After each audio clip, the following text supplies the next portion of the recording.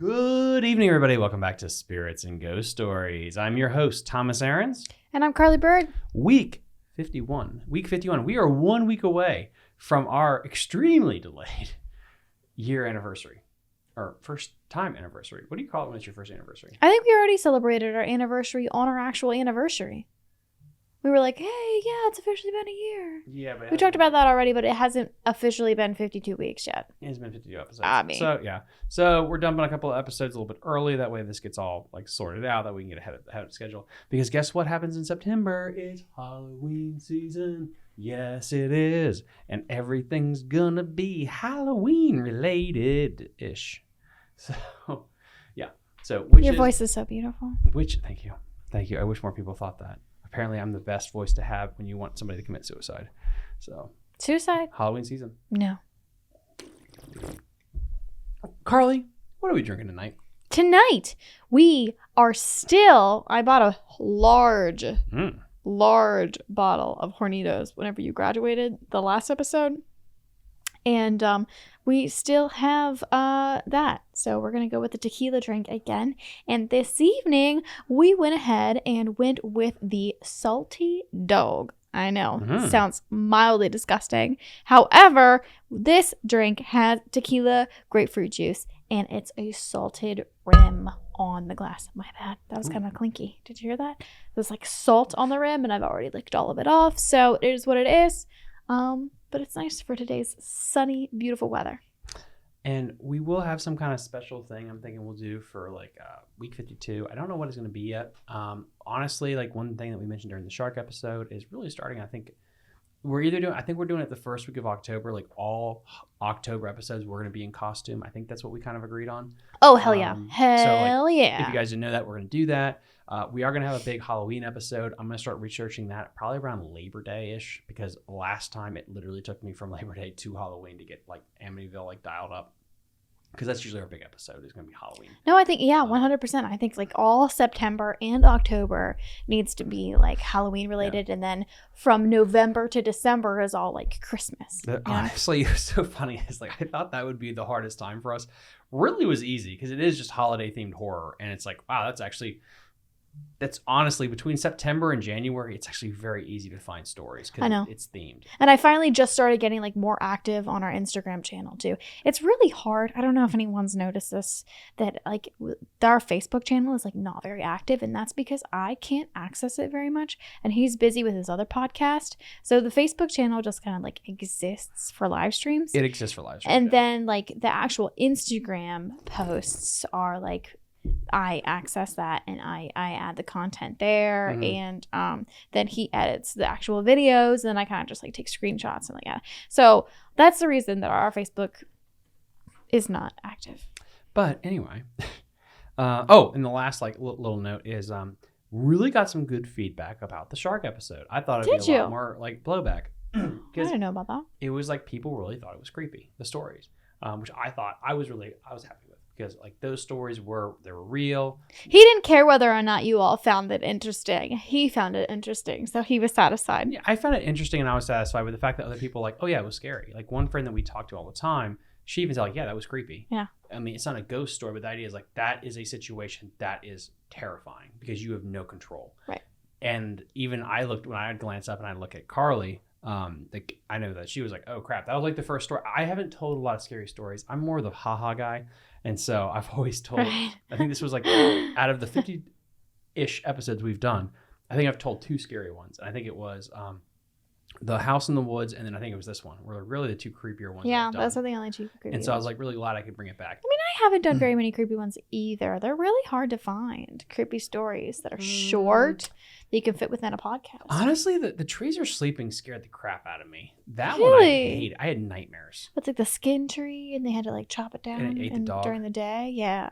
And it's like I had nightmares that JoJo would be too fucking retarded to leave. He did have nightmares. I forgot about that. Yeah, I had nightmares. Like the idea of that, and the detail they went into about how the dog died and stuff. It's like, oh crap, this is not good. I'm not sleeping well because our dog is so freaking retarded. He'd just be like licking the tree to death, being like, "Don't eat me." He's not your typical border collie.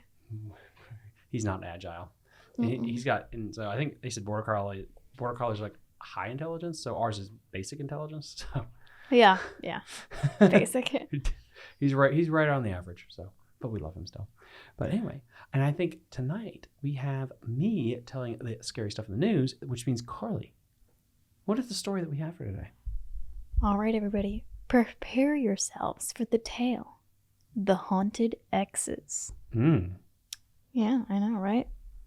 I'm just gonna let you think about that for a second. The haunted exes. What do you think whenever you hear that title? Because my mind goes somewhere completely different. Exits or exes? Exes, like ex-boyfriends. Oh, I was gonna say like pirates. That's good too, though. I'm really glad I asked you. That's so random. I had the mind of a child. Tommy's like, pirates, treasure, boats. This is why me and the dog get along so much. But no, can't you imagine it? Like you're like a pirate and you got your one leg and you're like hopping along and you see the X and you dig it up and there's zombies there. Yes, obviously. Yeah, that would be a great movie. I'm telling you. I think Pirates of the Caribbean is actually very similar to that. Should be the next Pirates of the Caribbean movie is all I'm saying. Yeah. Zombies? Pirates 10 or whatever. The zombie pirates. Yeah.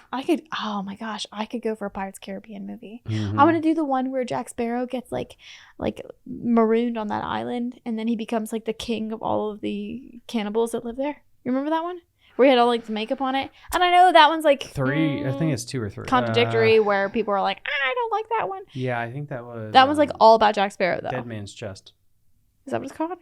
Jeez, he's good at that stuff.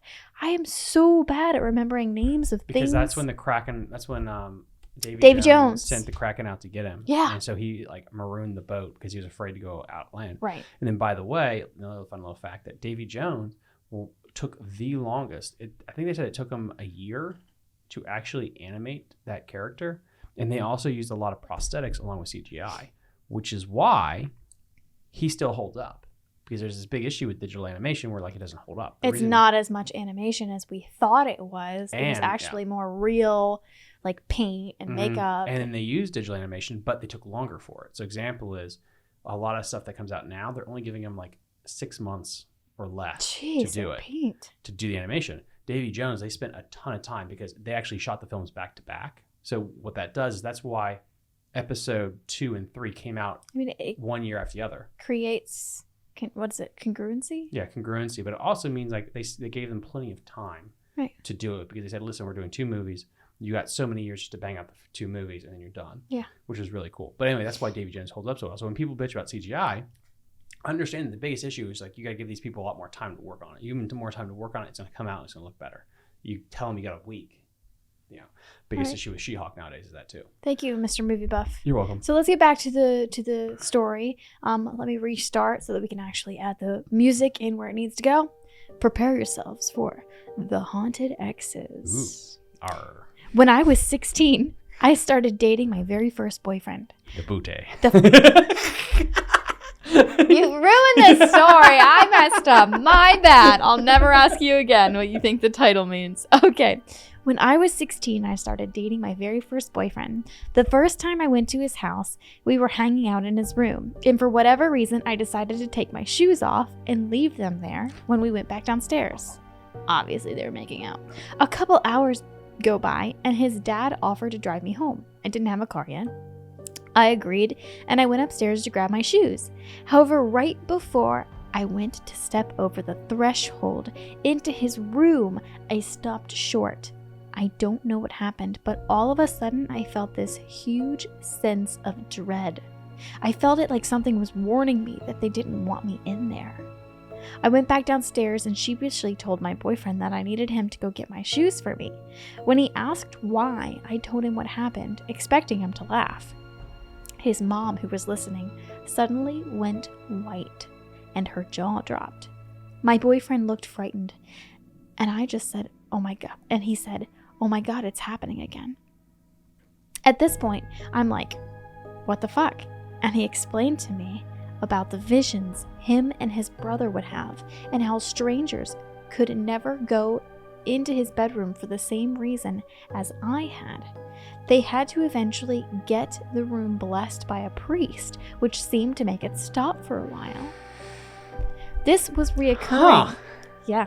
This was reoccurring throughout our entire relationship. He would call me in the middle of the night hysterical because he and his brother saw a stranger peering into the bedroom in the middle of the night. Or I'd be there and hear unexplained sounds while his dog went crazy and barked at the hallway for hours. One time, I saw his dad pass by me twice from the same direction, seconds apart. In the middle of the night, we weren't sleeping. We were talking and watching TV. Twice. How creepy is that? That's pretty creepy. To have a person pass you 2 times the same direction? How long did they stay together? I don't know. It doesn't say. It's on to the next boyfriend now. Because she said exes, plural. Oh, okay, gotcha. So she said my next boyfriend's house was even scarier. But that's a whole different story. Thank God my now husband never had any freaky shit surrounding him in some haunted house. I met my next boyfriend the same day he was moving into the house that his grandmother left his parents. His parents had owned their own home, so they decided to rent out this house to my ex and 2 of his friends. I never had a friend with their own place before, so this was awesome. The 4 of us were close. I would clean and cook for them. In exchange, they didn't mind me staying over a lot, so I got to witness everything in real time. The first thing was the dreams. His roommates started complaining about freaky dreams, and one night we were all having a fire outside when one of them started describing the girl he keeps seeing in his dream. The other roommate suddenly started freaking out, yelling about how he's been dreaming about the same person. No. Next, it was the voices. All of us had heard voices in the house. I know. CO2. They got multiple detectors and nothing. I thought they were pulling my leg until a roommate came flying out of the bedroom in his towel, yelling about how someone just screamed his name. One night, I was watching TV when I heard one of the roommates come home. He was talking on his cell phone and threw his keys on the table. Then I heard him drop his backpack onto the floor, so I called out to him. My ex runs up the stairs from the basement asking me who I was talking to. And when I told him, he went to go say hi to him. He comes back looking confused, saying no one was there. He called both of his roommates and they were both still at work. One day, my ex was about to come over to my house. He had called me to let me know he was leaving soon and just wanted a bowl of cereal first. Suddenly, he starts cursing and I heard him slam the fridge. He said his milk was gone and one of his roommates must have drank it. Again. Okay, well, that doesn't sound very random. 3 weeks later, we're in the city when his roommate calls. When my ex answered, his roommate goes, "Yo, what the fuck? I'll buy you more. Chill out." When my ex asked him what he was talking about, he said, "I just heard you cursing about your milk and then slamming the door as you left." About the goddamn milk. "I'm sorry, I'll buy you more." This is 3 weeks later.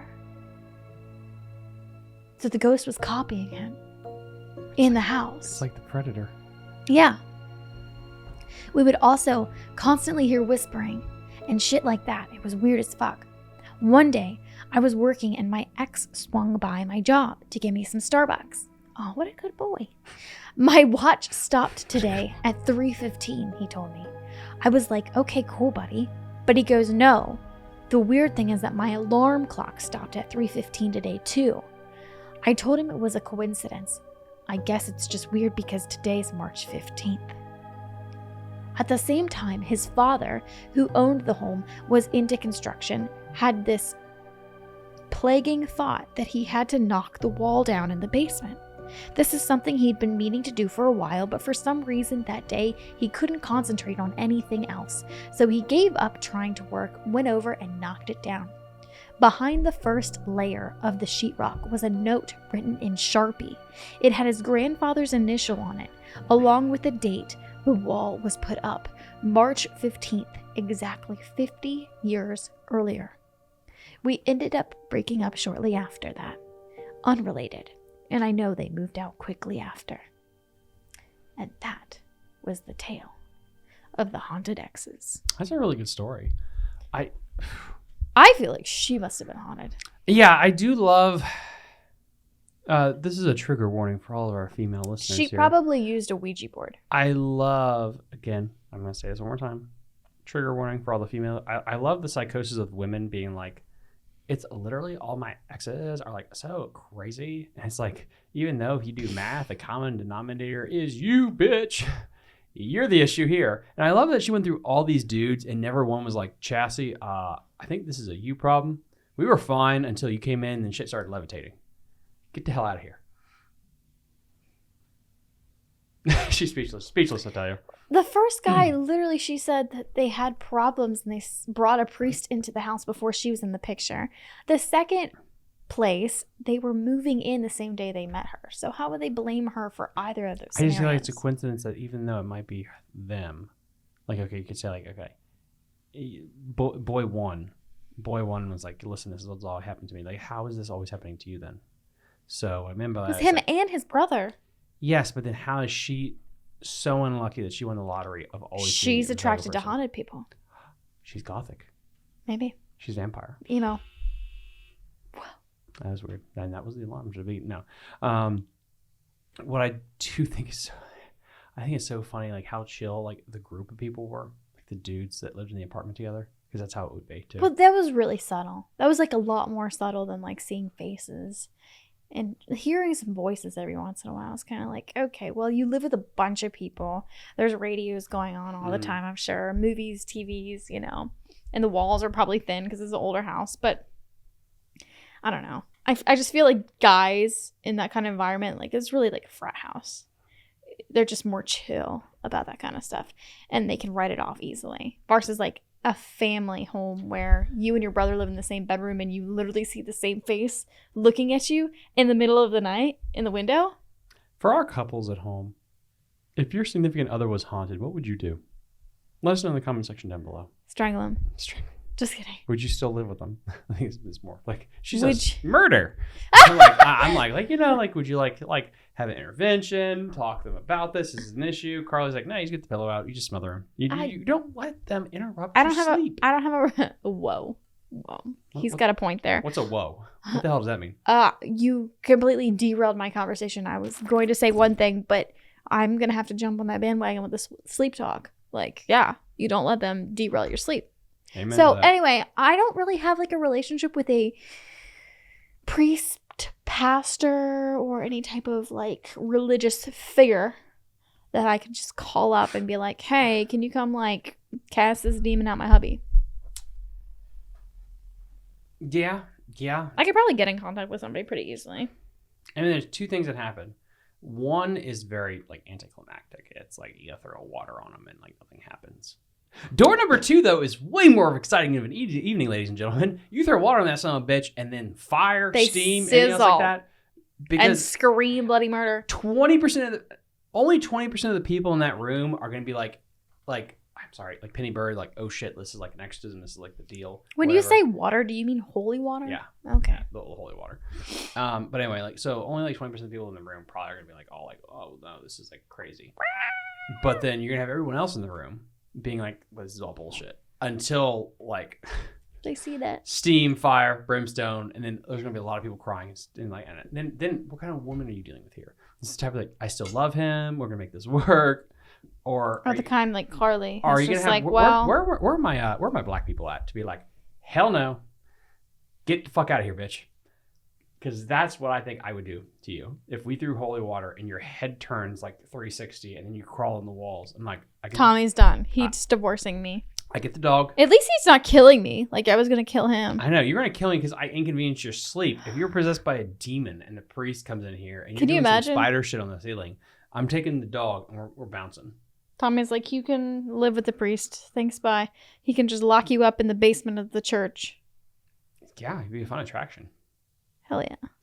But anyway, that leads us into scary things in the news. What you got for us? And then I got us here, and it's not like a really scary story. Ooh. More of just an interesting article, which is what they consider the most haunted hotel in the United States, which is the Scrivier. It's called the Skirvin. Skirvin. Skirvin. Skirvin. Kazoo type. Anyway, with this fun hotel, if I can get this damn thing to there we go. Okay, the century-old hotel is rumored to be haunted by an abnormal Prohibition era Amoris. Yes, Amoris Prohibition era. It sounds Italian. Amoris. That's amore. Spaghetti. Spaghetti. When the moon hits your eyes like a big pizza bite. That's amore. A prohibition. All right. Perhaps an ill-advised move, I booked a stay with my family at what may be the United States' most haunted hotel and one of its most notorious, the Skirvin Hotel. The Skirvin Hotel in Grand Dame of Oklahoma City. Oh, God. I've had a lot of tequila. I sorted Waldorf Astorian in America's heartland. Guys, you knew what you were getting into when I read things. Is an imposing 14-story, I got that right, Art Decor property from 1911 that's said to be haunted by F.A. I'm literally reading ahead, just being like, he's gonna butcher that one, and that one. So. The haunted F.A., a Prohibition-era chambermaid who jumped. Is she Mexican? So we should have made the pasta joke. Chambered who jumped to her death. Oh no, that's not good. With a love child father. This is the first time I'm reading this, by the way. Wow. Love child by hotel founder W.B. Skirvin. Got it right that time. Skivin. Just call it a day. Skirvin. Keep going. Such stories like the tornadoes that plagued the region has swept through the hotel's, I like what they did there, swept through the hotel's English Gothic lobby into the city and beyond, most notably among visiting NBA basketball teams who have overnighted here before playing the Oklahoma City Thunder, only to experience inexplicable creaks, groans, and cries, and ghastly molestations. Ghostly. They got raped. They got ghost raped. And that's why Oklahoma City has such a great home field advantage. If the visiting team always is getting ghost raped, it's really hard to play and stretch out. Getting raped by ghosts before their tournament. There's the spooky... Fuck you. There's the spooky said FA. And then there's the FA that wants to get in onto Barry White music, said Steve Lackmeyer, co-author of the book Skirvin. As we sat at the hotel's red piano, and with the NBA, it tended to be the latter. This is the most legendary ghost story in Oklahoma City, if not the entire state. You have even these famous people claiming they have encountered with the horny FA. I know. FA is a horny maid. I love it. And then security stays at the room. So basically this person was actually so if you want to get raped by a ghost, she's 5'9", 180 pounds. What? I'm sorry. This is actually the basketball player. Sorry. Sorry. I read too fast. In 2010, Ed Curry, a 7', 295 pound center for the New York Knicks, slinked off to spend most of his Skivin stay in the room of 5'9", 108 pound teammate Nate Robinson for protection. Kyrie Irving, now with the Brooklyn Nets, has plans to stay in a film about the Skivin hauntings. Has plans to star in a film about the I don't think Skirvin's it's haunted, hauntings. said Petra Germany. The hotel's current artist in resident who makes cosplay weapons and armor. I think NBA players are just a bunch of sissies. We're going to end it there. So, guys, ladies and gentlemen, there's a Hefe ghost. She is a mama baby. She leaped to her death, and now she rapes basketball players. Come on! How is this not a Hollywood movie? Who doesn't want to just do that to basketball players, though? Tying this in, today we also found out from our friends they're going to allow us to come back to their place for our 3-year anniversary. I guess 3-year anniversary. Basically, now it's a ritual. Oh my gosh, yeah. It's going to be the 3rd year. 3 years we've gone to our friend's house for Halloween, which makes it basically a tradition at this point, which is funny because the longer this goes on, the more it's gonna be heartbreaking if we couldn't go. The more it's gonna be like a necessity to happen. So I hope they don't actually listen to this and then cancel. Yeah, and come on. and hope and fear that we're going to like just push it every Seth, year. You're hearing this. We're like an STD. You can't get rid of me. But anyway, where was I going with this? You were talking about how excited you are for Halloween, and October's coming up, and we're staying at a friend's house. And we watched this funny movie that was a parody on a haunted house. I don't know if you remember that. We watched that with Kayla and Seth, like the haunted house movie parody.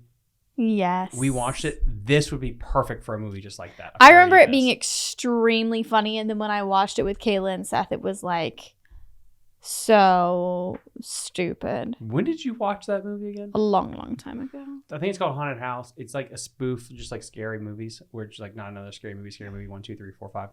But anyway, I just thought like this would be a fantastic comedy haunted movie. Like that'd be perfect. It would be so a ghost funny. named I think Hefe that rapes basketball players. And this is why Golden State actually but you make it so the basketball team wins all the championships. Funny, yes. They're undefeated and then they do at that home because they house every basketball team that comes to Oklahoma City. Right. You just house them in that hotel every time, so that whenever they they don't get any sleep that night because they're busy being raped by a ghost. God, that's so funny. It's so perfect. Guys, molested. We can't top this one. This is awesome. No, this has been week 51. I really hope you guys are going to have a wonderful week. And remember, don't get raped by a ghost. And if your loved one gets possessed by a demon, you can either smother them or leave. Just, be sure. A minimum of 2 options. There's a minimum of 2 options. And we'll see you next time on Spirits and Ghost Stories. Later, guys. Bye.